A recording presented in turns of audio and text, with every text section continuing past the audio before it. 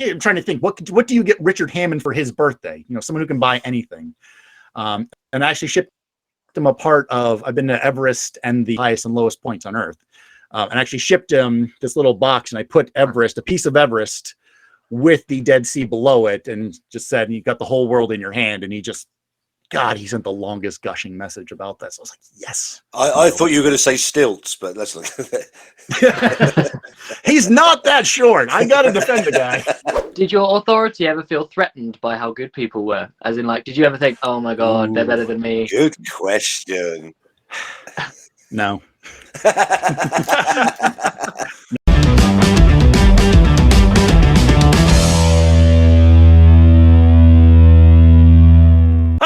Hello, and welcome to the Lock-In Podcast. My name's Mike, and this is Baz. Say hello, Baz.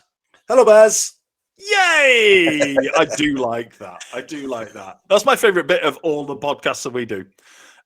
You may, if you're watching on YouTube, as opposed to listening on the audio platforms, you'll be able to see our names because we've got name badges. And the reason for that is that we are doing a special episode where we are talking about a show that we filmed a good few months ago that we didn't know the name of, but we now know the name of. And there's a very good chance that you've even watched it. So we're filming this before it's broadcast, but me, Baz, and Joshua were a team on Richard Hammond's Crazy Contraptions. So this episode of our podcast is all about Richard Hammond's Crazy Contraptions. So I'm here, Baz is here. We're waiting for one more person. So let's bring him on. We've got a third co-host today. And that's Mr. Joshua Q. Hello, pal. How are you? Hello, I'm good, thank you. How you doing, guys? Very good, mate. Very good. So, yes, anybody who's watching or listening is actually a massive advantage to us in that they'll have seen the episode, at least the first episode of Richard Hammond's Crazy Contraptions, so you'll know what it is, you'll know what it looks like. We've been on it, but we've no idea what it looks like because we haven't seen it yet because we're recording this before it broadcasts. So one thing you may be thinking, if you have watched it, is who's that fella that's on Richard Hammond's Crazy Contraptions? Who's that co-host guy? And how do you pronounce his surname? Well, here he comes to tell you who he is and how to pronounce his surname. I'll tell you, it's Mr. Zach Umperovitch, because I've been practicing. Yes, yes, you have. Zach, hello. How are you, pal? I am wonderful. You nailed the pronunciation. Thank you so much. It has taken me lots and lots of tries. 1 out of 20 who gets it right. Mate, it's taken me a lot of practice. Well, we only knew each other for 3 months during the whole filming process, so you had plenty of chances then.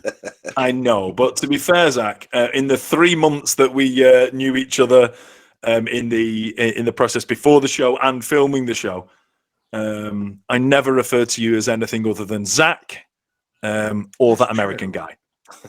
Yeah, I think most people were that American guy or that asshole that's walking around bothering us. I again. did, to be honest, I did clean it up just for just because you've only just turned up on the podcast. I didn't want to insult you straight away, so I went for that American guy as opposed to throwing in a profanity straight off the bat.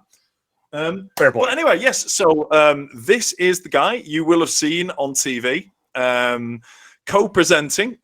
Official title, I believe, is co-host, judge, and engineering producer of Richard Hammond's Crazy Contraptions. You got it. So, Zach, we've got you on here. Basically, we're telling people that we're going to be on it. We haven't been on it yet, but this is all about you today.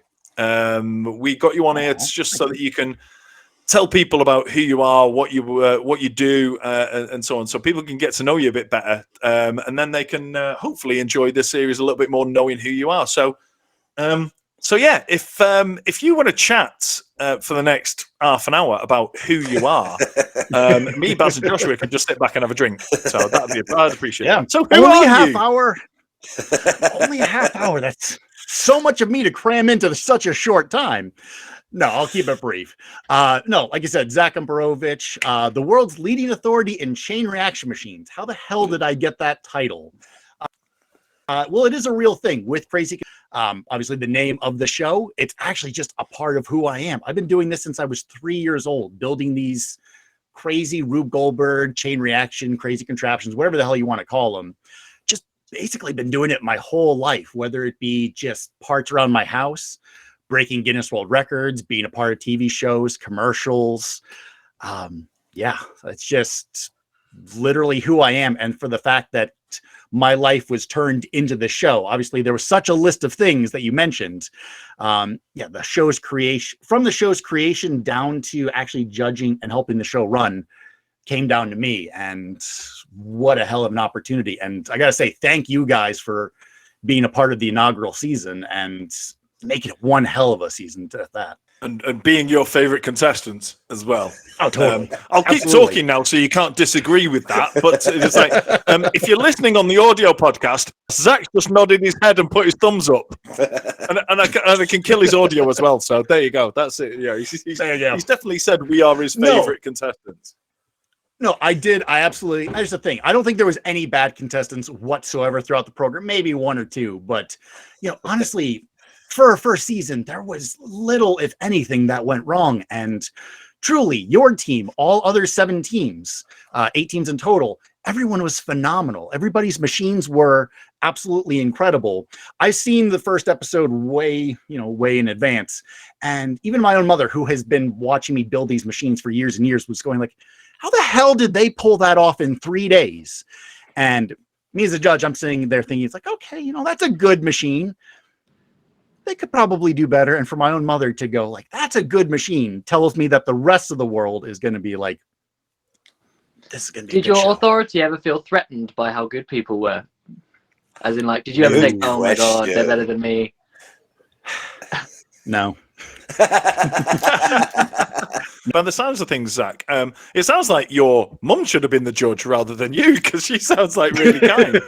She absolutely loved the show. I loved watching the first episode. I can't believe that it's over, and I can't believe that it looks as good as it does. And no, Josh, never once did I feel like my authority was threatened. But I think the team that did inevitably win it, I'm not going to say if it was you guys, I'm not going to say whoever it was, they have a shot at continuing on and possibly even being hired to do some projects with me, because when I do these projects, when I do these things for commercials, it really is helpful having people who know what the hell they're doing, and not only having teams compete, but having people watch the show. I think chain reactions, crazy contraptions are just going to explode in popularity. And already since the news is broke, I've gotten a ton of emails just to do a bunch more. Just winding back. So you said you've been doing it since you were a very young age.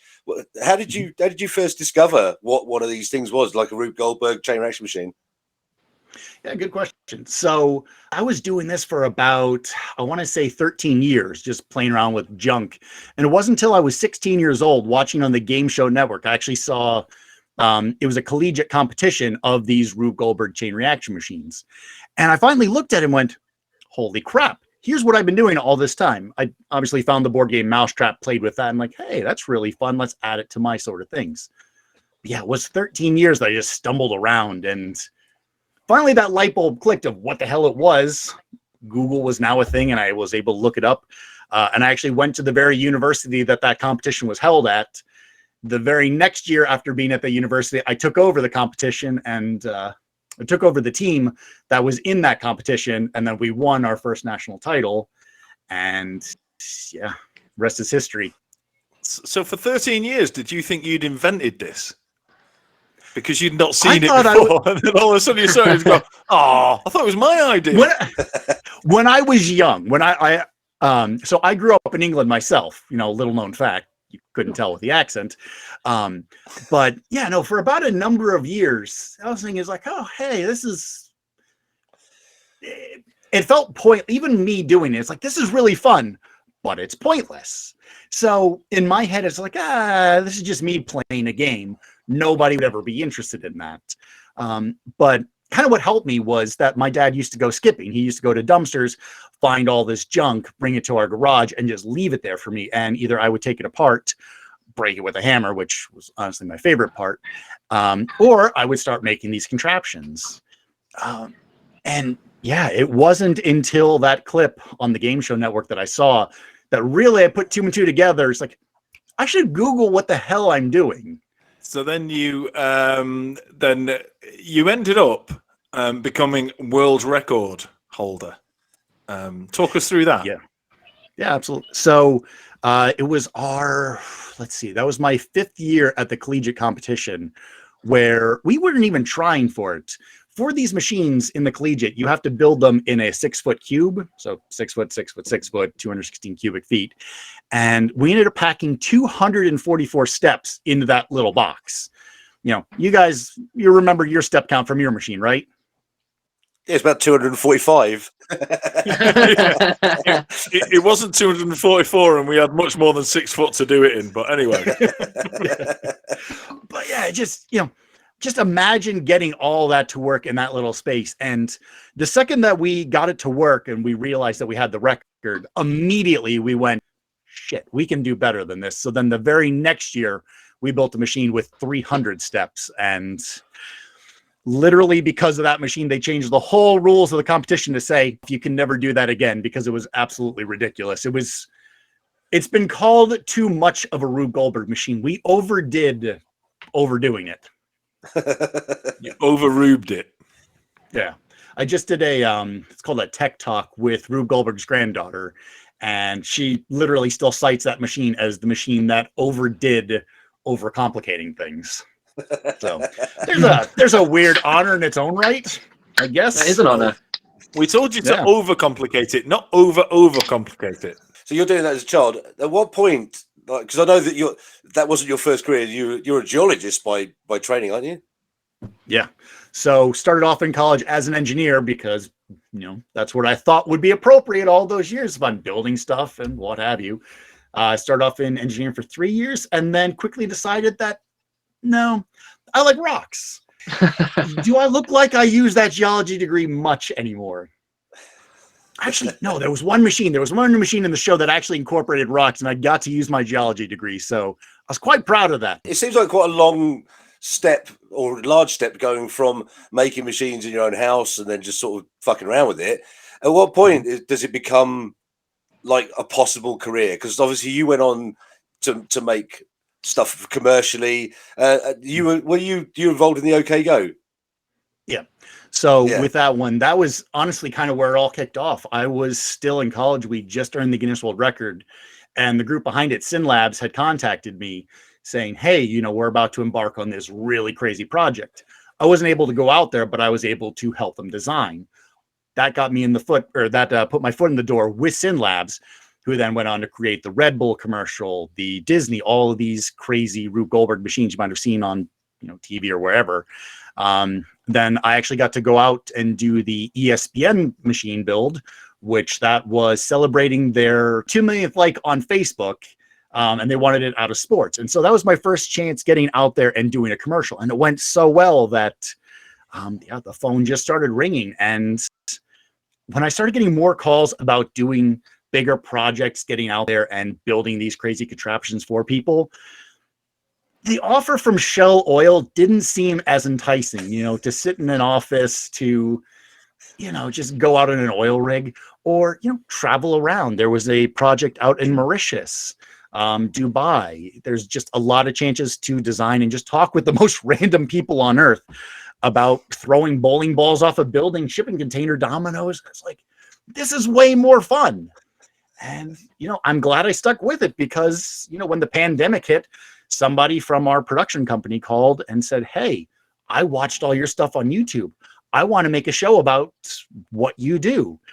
And I sat there and went, I've had this idea for 10 years. People really get that call. That call's a thing. I've been doing crazy things for years. Nobody's ever called me and gone, I've seen everything you've ever done. You're it. I'm going to make a show about you. Hey, you're going to be on the show. And God, this show is going to be big. It's got to be big. Well done. It is so fantastic. And just wait for the moment because, I got the email from my website. Guy called me, and it's kind of one of those flattering moments of he talked to me about me for 20 minutes. And just like, that's how I knew that he was really invested in the whole idea of it. Because, plenty of people have had the idea, oh, let's do a Rube Goldberg show. And I'd kind of hem and haw because I have this idea that I don't really want to sell you if you're just going to be bored about it. This guy just so enthusiastic. It's like, screw it. This is going to be the opportunity. And yeah, for it to land on not only Channel 4, but a dual pairing between them and Discovery Plus, it couldn't have been a better thing. And with Richard Hammond as the co-host, it literally was one of those things that just kept stair-stepping. Call about, let's make a TV show about your life. Hey, we want you to be the engineering producer. Oh, hey, by the way, you're the perfect person to act as a judge. Oh, hey, your co-host is Richard freaking Hammond. I'm like, the hell is happening here? Let's talk about Hammond, because do you know what? As the three of us are obviously have decent social media followings. I like to be able to throw myself into the same group as these guys, even though they're I like to say, between us we've got 2.5 million followers. Don't look at how many I've got out of that. That's fine. Lump it all in. But yeah, no, exactly. Just lump it all together. But but yeah, as somebody who's got a decent internet following, I would have loved to be able to come away from this and go, that Richard Hammond, he's a dick. Listen to this. But you know what? The guy is golden. Absolute golden. Amazing.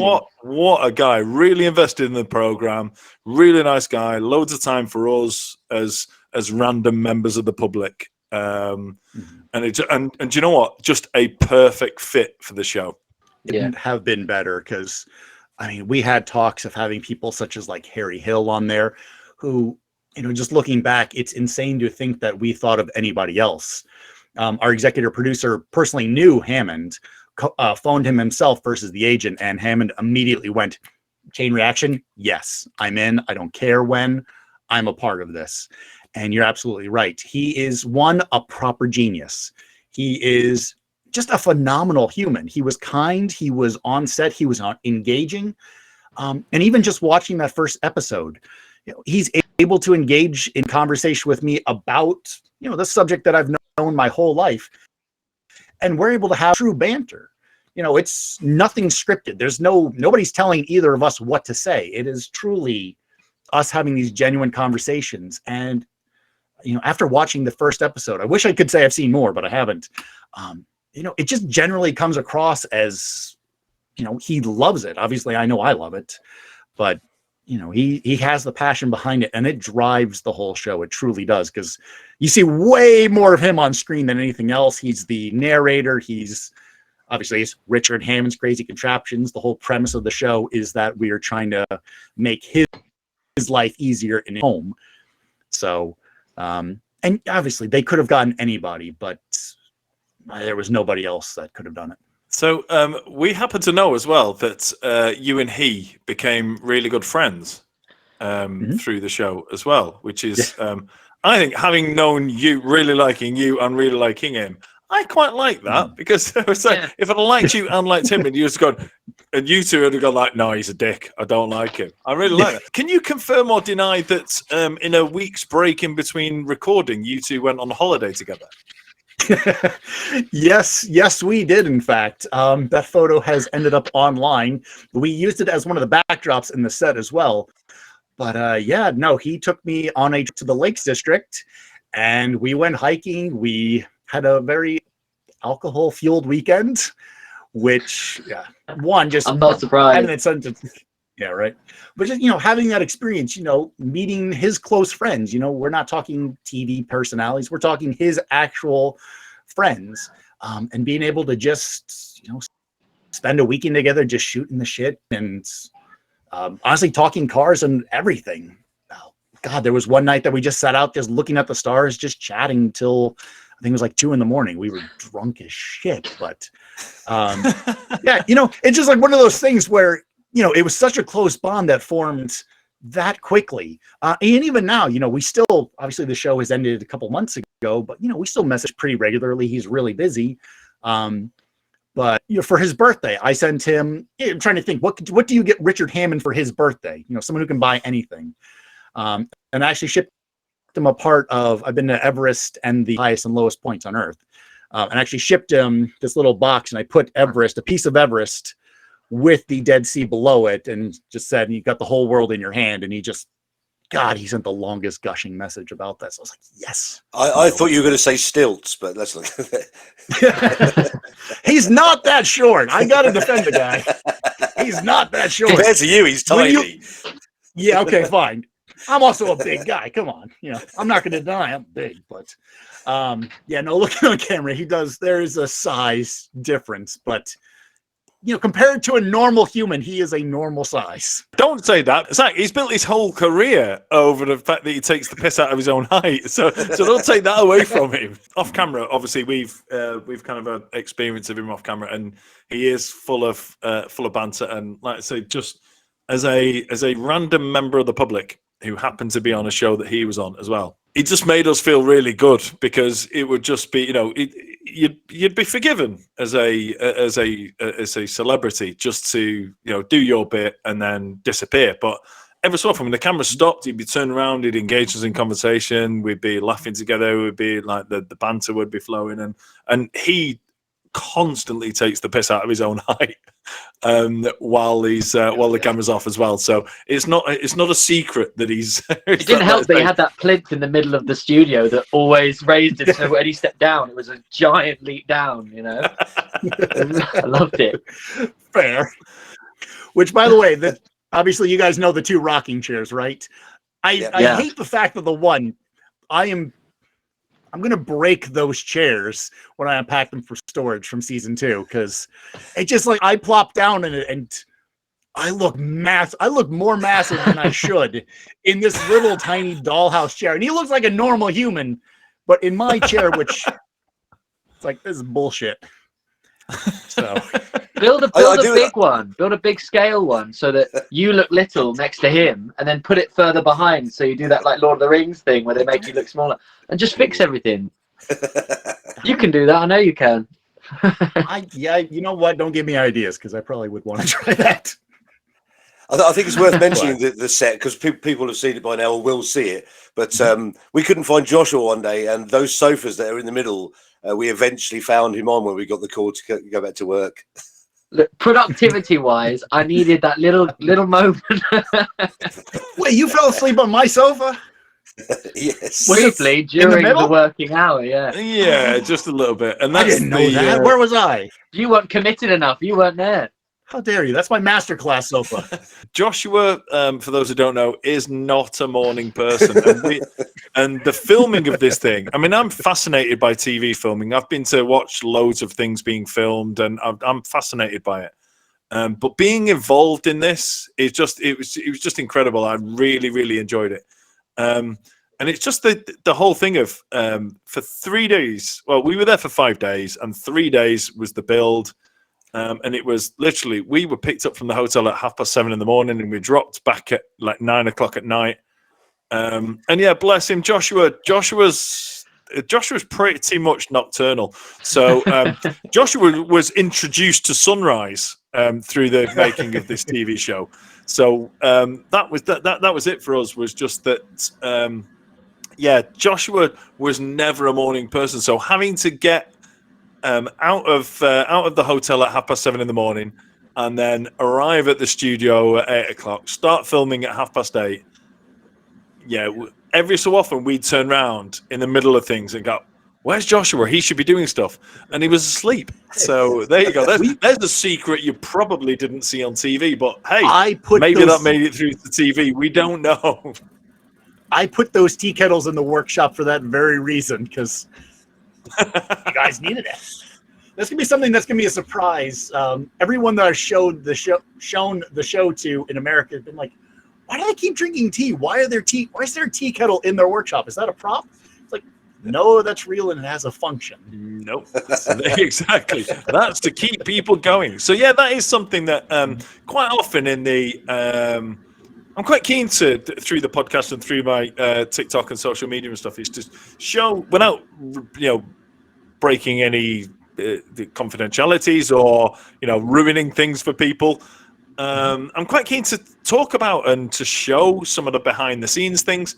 And yeah, quite often you see these shows and it's all right, the clock starts now, you've got 3 days, and it was literally 3 days. And it was, and they would say there are some things that, again, let's do that behind the scenes thing and say, there's quite often when it says like, yeah, you've got 8 hours or 10 hours or whatever to do this. It was like, well, you do, yeah, but you've got lunch, you've got the time where you've got at least an hour at the start where the cameras aren't turned on, so you're not allowed to do too much because we need to film you when you do stuff. Here's a little behind the scenes secret for you all. Every time that Hammond and Zach were talking together in the middle, we weren't allowed to use power tools. So it's worth noting this as well. So that cut a lot of time down. So, and you were the most pissed by that. We were the most pissed by that because we use the power tools all the time. Right. So this is worth bringing up. So amongst the plethora of tools that we had in our workshop, we had this pathetic little saw that when we started to use it was crap. So we said to Zach, "Oh, look, can you get a saw?" He said, "Oh no, that's a prop." And we're like, "What? This thing was fucking useless." I have rectified that for season 2. Great. I promise you. Thanks very much. That was never. It was never meant to be used, and I thought, it truly was. A handsaw was something that did skip my mind because, for the audience out there, by the way, I really did. Obviously, Paul Hollywood, whatever, he might not stock the ingredients on the show. Fully built that workshop myself, stocking all the items, restocking it every week. I was the one to pick out all the tools, reset all the tools each week, obviously with the help of the engineering team. But that's totally my blunder of giving you the shittiest saw in the world. And it came up even in the first episode, just watching that use of that damn prop saw is like, shit, they were never supposed to use that. But it was that thing, you gave us this amazing chop saw, the bench saw. But obviously, whenever you guys sat down or the other team started doing stuff, they said, "Oh, you can't use it." There's so many times that you were literally like ready to go, and they said, "Right, stop, everybody." So we'd have to go back to this handsaw, and it would be painfully slow cutting the same thing you could do once. I started gluing everything together.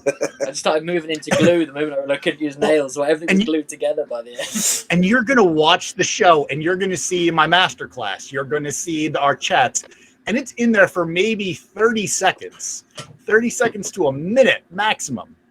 And you're going to, in your mind, think like, I had to sit there for 20 minutes at the ready and go, what the fuck was all that for? We had to sit there while he's chatting away to Hammond. I'm not allowed to use this. And by the way, there's an exclusive for the Lock-In podcast is that Zach Umperovitch has just sat there and said, in all this planning that he's done, and he was responsible for kitting out all of the tools in all of the workshops for the whole series, and he didn't think to put a handsaw in there. You have a handsaw that works. And then, of course, when we asked for it, he said, "Oh no, that's going to break the budget." That was not me who said the budget. Okay, yes, I said the words, but someone behind me was. God, I had somebody behind me battling me about getting batteries. All right. Yes. Just there was a team later on that wanted a 24-pack of batteries, and I had to have a fight with somebody behind the scenes saying like, "Well, we can only provide them 4-pack." The hell you can. It's like they're AA's. We can't buy a saw and we can't provide you with AA batteries because of budget. But if you look over there, there's a massive red toolbox which costs tens of thousands of pounds. And if you want a power tool, they're all DeWalt. All donation. Really? No. Yeah. No, it's something like that. For next season, again, hopefully getting more donations, but I've come up with a list of better equipment. I actually just got off of another project. I did a commercial for a pharmaceutical group, and I used a lot of different tools that I've never used before, and immediately those have gone on my list of what to provide for season 2. A pharmaceutical company, does this mean you could request any pills you wanted at this point? No, you're just in a room getting off your face and going like, "Oh, I need 50 more of them," whatever they are. You said that you had plans for season 2. Does this mean that either you're just being hopeful with those plans, or does it mean that you have already got some kind of green light? Nothing can ever be confirmed until one of the higher ups gives us that little check mark. But you know, there's the talk, there's the word on the street, there's the pure fact that me as enter and brains behind most of this was the one to pack up every last single piece of the set into a truck. So we didn't just throw it all away in a dumpster. We saved everything. Yeah. So that's an investment that you don't make lightly if there isn't going to be a second season. Well, hopefully you're not looking back on this podcast in a couple of years and thinking the ratings were really good until those 3 dickheads from TikTok turned up and crashed the ratings and ruined our chance of a second series.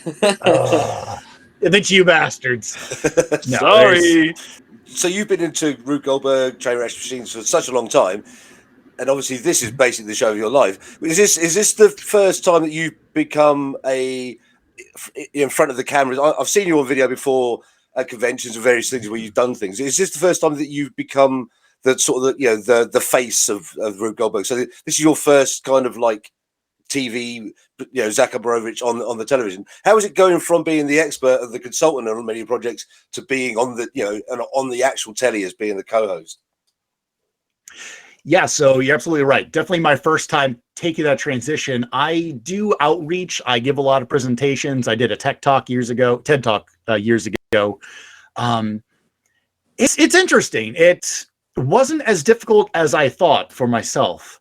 Obviously there was the nerves there, but honestly, it's speaking about what I've done all my life, and it's the passion, and I really enjoyed it.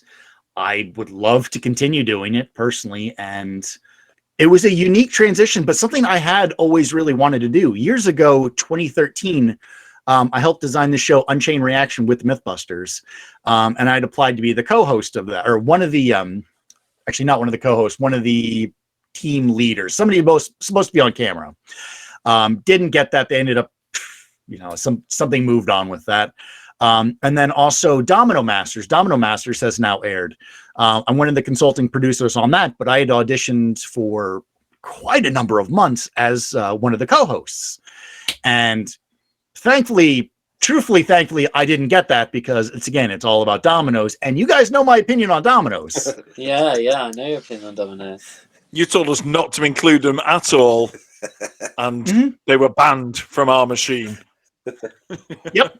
Yeah, and so imagine me being involved in dominoes, and it truly was one of the last interviews I did with them. I think some real higher up on Fox, and they asked me questions like, "What is your opinion on dominoes?" And they're like, "Truthfully, I hate them."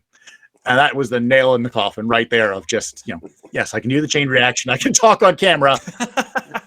A piece of piss. It's too easy. I don't know. The show actually came out really well. And a lot of the challenges I helped design, which I was like, oh, great. They actually used those ideas. So I was pleased with that.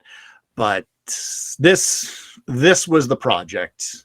This is the one that I'm really happy to say that my name is truly on. And, I was such a part of. So Zach, now that you've been on the front side of all of your projects, what else you got coming up? Is this led on to some more projects that you're going to be hosting and being on? Yeah, so definitely there's a number of actual build projects that are in the design phase at the moment. Quite a few I can't mention. I mentioned that there's a pharmaceutical ad that's coming out in June that I think is better in quality than the Honda Cog commercial. I love that one. There's a few in the works, again, can't talk about. There's one for Formula One, still in the design phase, but I think I am able to mention that. Let's see. I'm still in the middle. Yeah. I am in the middle of still writing the book on how to build these machines. We actually just made a pretty big decision this morning on bringing it over to illustrations versus photographs. So my project for the next couple of weeks is designing all of these little machines for kids to duplicate, and then basically building a mini machine for someone to then go off and illustrate.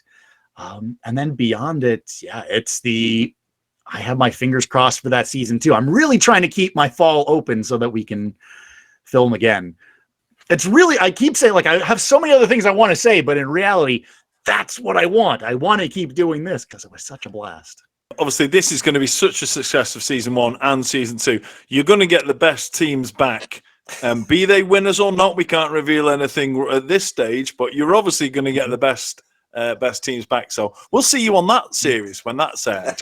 Yeah. So, There's talk. There's so many ideas for spin-offs and additions, and now that people have seen it doing, very much like what the British Baking does, a Christmas episode. Imagine having other celebrities try and build this machine and, have the stress behind that and watching them. Like, I'll tell you what we want to do. We want to get involved as a team on the international ones. I want to go and when this gets syndicated out to loads of different countries, like when Brazil run it, the three of us want to be a team in Brazil. It was like, I'm not interested in anything else, but I'm pretty sure Mauritius, Sri Lanka, Australia, just loads of really nice hot places. I think it should be syndicated to that. And when it is, we want to be a team on that.